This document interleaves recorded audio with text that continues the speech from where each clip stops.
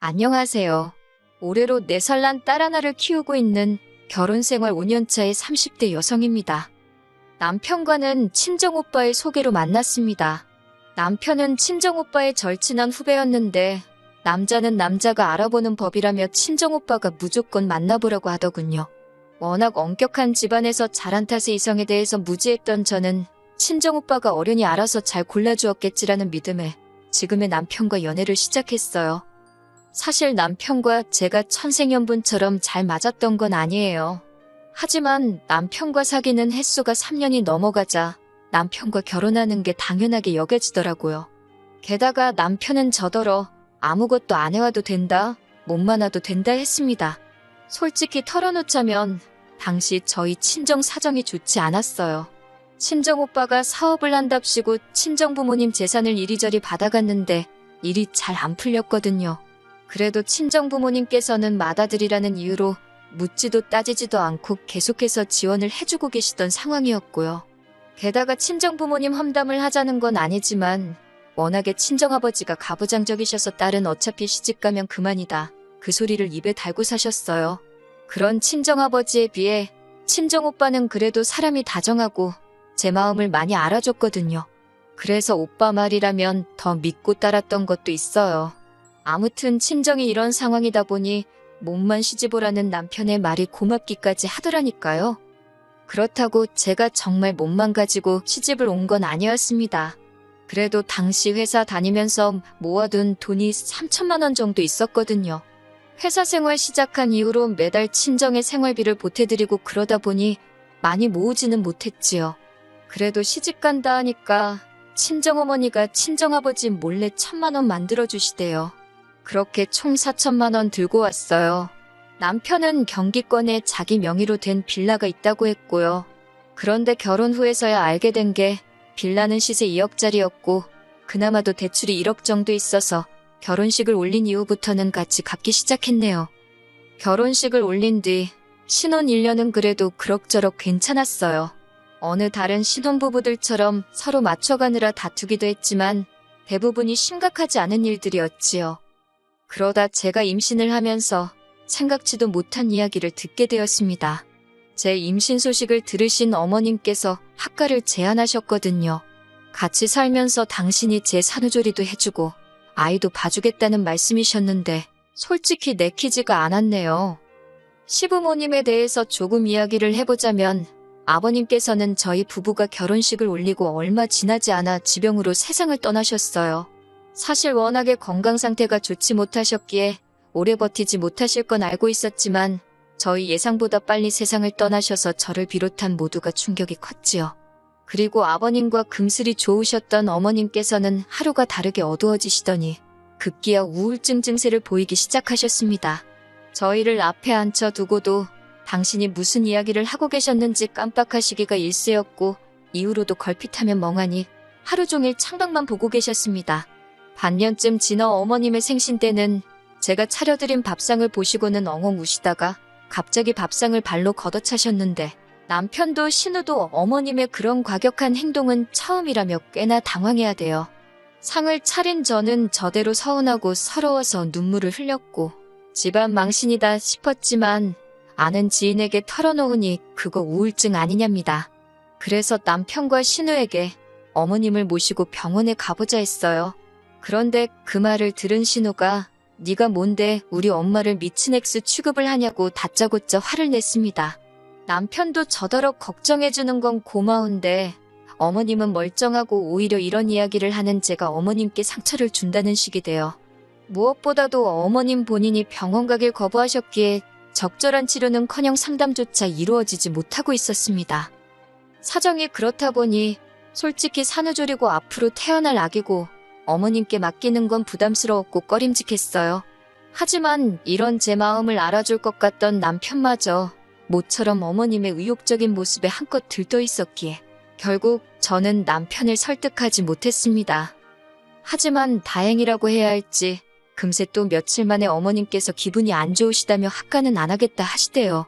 주변에서 하는 말이 집까지 팔고 아들네 들어갔는데 아들 며느리가 구박하면 서러워서 못 산다고 했다나요. 듣고 있는데 저도 남편도 좀 황당했다고 해야 하나? 동시에 마음에 병이 있어서 그러신 거니 안타깝기도 하고 학가는 피했다 생각하니 다행이다 싶기도 했고요. 아무튼 결국 산후조리도 아이 봐주는 것도 다 없던 일이 되었습니다. 이후로 아이가 태어났고 저는 얼마 지나지 않아 다니던 회사를 관뒀습니다. 원래 회사를 다니는 동안 부업으로 번역일을 하고 있었는데 언젠가부터 번역일로 버는 돈이 출판사 월급하고 비슷해졌거든요. 게다가 회사는 출퇴근을 해야 했지만 번역일은 집에서도 할 수 있었으니 여러모로 번역일이 저에겐 나은 옵션이었어요. 그런데 이때부터였어요. 남편이 저와는 상의도 없이 걸핏하면 어머님을 일주일이고 한 달이고 저희 집에 계시게 하더라고요. 그래놓곤 한다는 소리가 어머님 혼자 얼마나 쓸쓸하시겠냐면서 저라도 있는 저희 집에 와 계시면 좋을 것 같다고 저더러 이해를 해달래요. 오신 김에 손녀도 봐주실 테니 분명 저에게 도움이 될 거라면서요. 하지만 실상은 그렇지 못했습니다. 어머님은 저희 집에 오시면 손님이자 상전이셨어요. 절대 당신 손으로 뭐 하나 하시는 법이 없었습니다. 일례로 손녀인 제 딸이 울건 어쩌건 기저귀 한 번을 안 봐주시더군요. 뿐만 아니라 어머님 눈에는 당신 아들은 아침부터 밤까지 밖에서 일을 하는데 며느리인 저는 집에서 편하게 일하니 그 모습이 어지간히 꼴보기가 싫으셨던 모양입니다.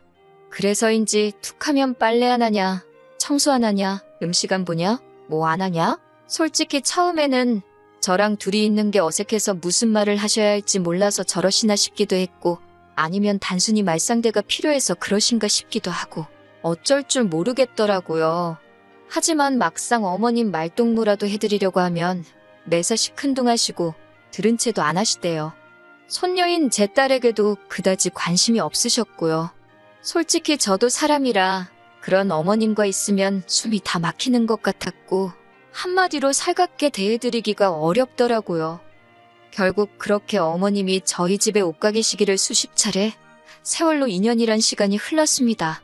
참다 못한 남편에게 제가 어머님이 오실 때마다 일은 일대로 못하고 거기다 육아에 살림에 어머님 식사 준비까지 힘들어 미쳐버릴 것 같다고 소리를 쳤어요. 2번 다시 모시고 오지 말라고 그때는 어머님께 직접 이야기하겠다고요. 솔직히 바보같이 들리겠지만 그전까지만 하더라도 남편한테 이거 싫다 저거 좋다 뭐 강하게 이야기해본 적이 없어요. 특히 어머님에 관해서는 어머님은 환자라고 생각했고 남편은 그런 환자의 아들인 만큼 제가 맞춰주는 게 맞다고 생각하고 배려했지요. 그런데 이러다간 정말 내가 먼저 우울증에 걸려 죽겠구나 싶더군요. 그래서 처음으로 남편한테 큰 소리를 냈더니 남편도 꽤나 놀란 눈치대요. 하지만 그 약발이 오래가지는 않았습니다. 그렇게 큰 소리가 오가고 2달쯤 지났던 어느 날이었어요. 그날도 평소처럼 어린이집에 있는 아이를 데리러 가고 있었는데 신호를 무시한 채 달려오던 자동차에 제가 그만 치이고 말았지요. 그리고 급하게 찾은 병원에선 인대가 파열되어 수술까지 할지도 모른다는 이야기를 듣게 되었네요. 이후로 다행히 다시 찾은 병원에선 일단은 주사치료와 재활운동으로 대체해보자는 이야기를 들었지만요. 하지만 수술은 피했다고 하더라도 제 마음이 여러 가지로 복잡했습니다. 생각지도 못한 사고와 부상은 저로 하여금 이런저런 생각을 하게 만들었어요. 그러면서 동시에 제가 살아온 시간도 되돌아보게 하더라고요. 결혼한 첫 해를 제외하곤 하루하루를 일만 하고 애만 키우고 어머님 비위 맞추고 참 힘들게 살았다 싶더라고요. 그런데 그런 와중에 남편이 저더러 한다는 소리가 어머님을 2달 정도 모셔오고 싶답니다. 어머님이 요새 발목이 시큰거려 제대로 걷지도 못하겠다고 그러신대요. 참고로 저희 어머님 과장해서 말하는데 일가견이 있으신 분입니다. 그렇다고 며느리로서 어머님의 병세에 다짜고짜 진짜냐 따져 물을 수는 없었으니 일단 듣고만 있었어요. 남편은 그런 저에게 어머님을 저희 집에 모셔와서 병원도 모시고 다니고 그랬으면 좋겠답니다. 자기 와이프는 어깨가 망가져서 찬장에서 물컵 하나 꺼내는 것도 고역인 판국에 어이가 없어서 당신이 전적으로 책임지고 모시고 다닐 수 있으면 그렇게 하라고 나는 못한다 했습니다. 그랬더니 남편이 고민 없이 자기가 하겠다대요. 저는 신경 쓸 거 하나 없다면서 식사만 챙겨드리면 된다고요. 사실 칼질하는 것도 쌀 씻는 것도 아무튼 어깨에 힘이 들어가는 일이라면 무리가 되었고 혹시나 상태가 더 나빠져서 수술이라도 하게 될까 무서워서 그마저도 내키지는 않았어요. 하지만 어차피 먹고는 살아야 하고 먹는 걸로 그러는 건 도리가 아닌 것 같아 알겠다 했습니다.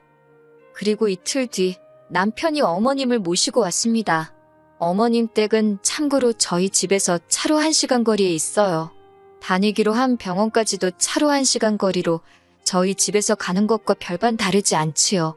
제가 어머님이었다면 불편하게 며느리랑 부대끼며 있느니 제 집에 있지 않았을까 싶었지만 아무튼 발목이 아파 걷지도 못하신다는 얘기와 달리 어머님께서는 다음날 아침 바로 산책을 나설 만큼 아무렇지 않아 보였습니다. 남편더러 당신도 어머님 산책하는 거 보지 않았냐, 진짜 아프신 거 맞냐 하니까 저게 다 재활운동의 일환이라며 어머님을 두둔하더군요. 팔은 안으로 굽는다더니 내가 당신과 무슨 말을 하겠냐 싶어서 더는 따지고 들지도 않았습니다. 그냥 약속한 대로 알아서 책임지라 그 소리만 했어요. 하지만 어머님이 오시고 정확히 일주일째 되던 날이었습니다. 남편이 급하게 출장 일정이 잡혔다며 저더러 3박 4일 동안 어머님을 부탁한다는 거예요. 저는 단칼에 거절했습니다. 어머님이 오신 이후로 반찬 타박을 어찌나 하시는지 평소 남편과 제가 먹는 것보다 2배, 3배 많은 메뉴를 그것도 몇 끼마다 해대고 있었거든요. 그리고 당연히 그러한 부엌일이 제 어깨에 큰 무리가 되고 있었고요. 그것도 속상해 죽겠는데 어머님까지 모시고 병원에 가라니 내 어깨 재활치료 받으러 가는 것도 힘들어 죽겠는데 못한다 했습니다. 정 뭐하면 신우한테 부탁하라고 쏘아붙였어요. 신우는 저희 집에서 차로 20분 거리에 살고 있었거든요. 하지만 남편은 말로만 알겠다 하더니 출장을 가는 날까지 기어이 가타부타 말이 없더군요. 그리고는 그냥 어머님을 두고 출장에 가버렸어요. 완전히 이건 뭐 저한테 마치 네가 시어머니 모시고 병원에 안 가고 백이냐는 선전포고나 다름없게 느껴지더라고요. 그래서 안 갔습니다. 이렇게 막무가내로 나오면 통할 줄 알았다는 게 어이가 없었으니까요. 그리고 남편이 출장에서 돌아온 날 어머님은 정말 버선만 안 신으셨지 남편 맞이하시는 모습이 정말 버선발로 뛰어나가시는 모양새였습니다. 남편을 붙들어 앉히시곤 당신 발목도 아프고 머리도 아프고 등도 아프고 그런 어머님을 보더니 남편이 저더러 병원 안 모시고 갔냐고 묻대요. 그리고 그 질문을 들은 순간 얼마나 열이 받던지 당신 눈에는 어깨 때문에 옷 갈아입는 것도 힘겨워하는 나는 안 보이냐고 따졌어요. 하루 종일 삼시세끼 칼질에 대고 상차리고 그 와중에 애보고 일하고 알아줄 거 아니고 도와줄 거 아니면 최소한 사람을 긁지는 말라고 화를 냈지요. 그랬더니 어머님께서 왜 당신 아들한테 소리를 지르냐며 네 팔이 그 모양인 게 내 아들 탓이냐고 생기다 말게 낳은 네 부모한테 따지라며 고래고래 소리를 지르셨습니다. 그리고는 당장이라도 절 때릴 기세로 저에게 다가오시는데 남편이 순간 어머님을 막아서면서 그런 게 아니라고 하대요. 하지만 어머님께선 갑자기 엉엉 우시면서 당신 아들이 불쌍하답니다. 결국 참다 못한 저도 그동안 속에 있던 말을 끄집어냈습니다. 제가 하나하나 적지는 못했지만 그동안 저희 집에 계시면서 어지간히 저를 깎아내리셨거든요. 툭하면 야너 부르시는 건 기본이었고 그렇게 제가 해드리는 밥 드시면서도 손녀인 제 딸한테 내복은커녕 양말 한 짝 안 사주셨지요. 꼴랑 4천만 원의 예단도 제대로 안 해왔다며 사람을 어찌나 면박을 주셨는지 어머님더러 2억짜리 빌라 그나마도 1억이 대출인데 그리고 집도 누가 사야 돈이지 그 종이에 이름만 올라가 있다고 그게 돈이냐고 저도 그동안 꾹꾹 참았던 말들 다 쏟아냈습니다. 어머님 비위 맞추는 거 힘들고 어머님 성격 정말 이상하시다고 그렇게 싫으면 오지 마시지 누가 반긴다고 꾸역꾸역 와서 성질이시냐고요. 그러자 어머님이 정말 저를 잡아먹을 듯이 노려보시더니 치엠이 알기를 우습게 안다면서 처음에 자기한테 우울증 어쩌고 할 때부터 딱 알아봤답니다. 제가 지금 어머님을 정신병자 취급을 하는 거라나요. 어머님이 어찌나 악을 쓰고 우겨대는지 정말 저까지 정신이 하나도 없었네요. 결국 남편이 신우에게 전화를 걸었고 얼마 지나지 않아 신우와 신우 남편이 쫓아왔습니다. 신우 남편이 어머님을 모시고 나갔고 신우는 저더러 어찌됐건 시어머니인데 그거 비위 좀 맞춰주는 게 어렵냐면서. 그래서 그러면 언니가 모시고 가라니까 한다는 소리가 자기는 모셔도 자기 시부모님을 모셔야 할 판이지 친정어머니를 어떻게 모시냐고 툴툴거려요. 그러면서 신우도 어머님이랑 똑같은 소리를 하대요. 자기 동생이 장가갈 때 집까지 해갔는데 어머님 좀 모실 수 있는 거 아니냐고. 그러자 이번엔 남편이 나서서는 집 얘기 좀 그만하라고 쪽팔린다며 화를 내더라고요. 한참의 신랑이 끝에 일단은 어머님이 신혼에 있다가 당신 집으로 내려가시기로 이야기가 되었습니다. 상황이 일단락되고 나자 남편이 저더러 일단은 미안하다면서 저한테 이해를 좀 해달라대요. 자기 어머니는 환자라면서 그렇게 제가 병원에 모시고 가자 할 때는 멀쩡하다더니 이제 와서 환자라고 저한테 사과를 해달랍니다. 저는 사과 못한다고 했어요. 나더러 매번 이렇게 참고 살라는 거냐고. 그렇게는 못한다고요. 그러자 남편이 그러면 어쩌냐입니다. 자기는 자기 어머니 불쌍해서 모른 척하고는 못 살겠다고요. 그래서 그러면 당신이 어머님 댁에 내려가서 어머님하고 둘이 한번 지내보라 했습니다. 나는 이 집에서 딸하고 둘이 지낼 테니까. 그렇게 한 3주나 지났을까요? 남편한테 연락이 왔습니다. 자기가 생각이 짧았다며 무조건 미안하대요. 자기 어머니지만 이렇게 까다롭고 상대하기 어려운 분인지 몰랐다면서 저더러 고생이 많았겠다고 그래요. 그래서 남편과 저는 극적으로 화해를 했습니다. 그리고 남편이 신우에게도 저에게 이야기한 것과 똑같이 얘기를 했답니다. 자기 와이프, 그러니까 제가 얼마나 고생을 했을지 누나는 상상도 못할 거라면서 이제 누나도 누나 할 도리는 하고 살라고 했다고요. 실제로 어머님도 당신 아들하고 둘이 있으니 순식간에 집안일이며 뭐며 다 당신 몫이 되었던 모양입니다. 저랑도 사이가 안 좋지. 아들 하나 보고 살자니 당신이 할 일이 너무 많지. 그래서 이후로는 저희는 안 찾고 신우만 찾으시더라고요. 진작에 왜 이 방법을 쓰지 않았을까 생각하면 허무할 정도로 상황은 순식간에 해결이 되었습니다. 남편도 이제는 저를 이해하고 어머님을 병원에 모시고 가려고 노력 중이에요. 신우도 어지간히 시달렸는지 저희랑 뜻을 같이 하고 있고요. 다만 당사자인 어머님께서 어찌나 완강하게 버티시는지 저희가 좀 더 고생하긴 할 것 같아요. 부디 하루빨리 어머님 마음의 병이 회복되어 건강한 노년을 보내실 수 있기를 바랄 뿐입니다.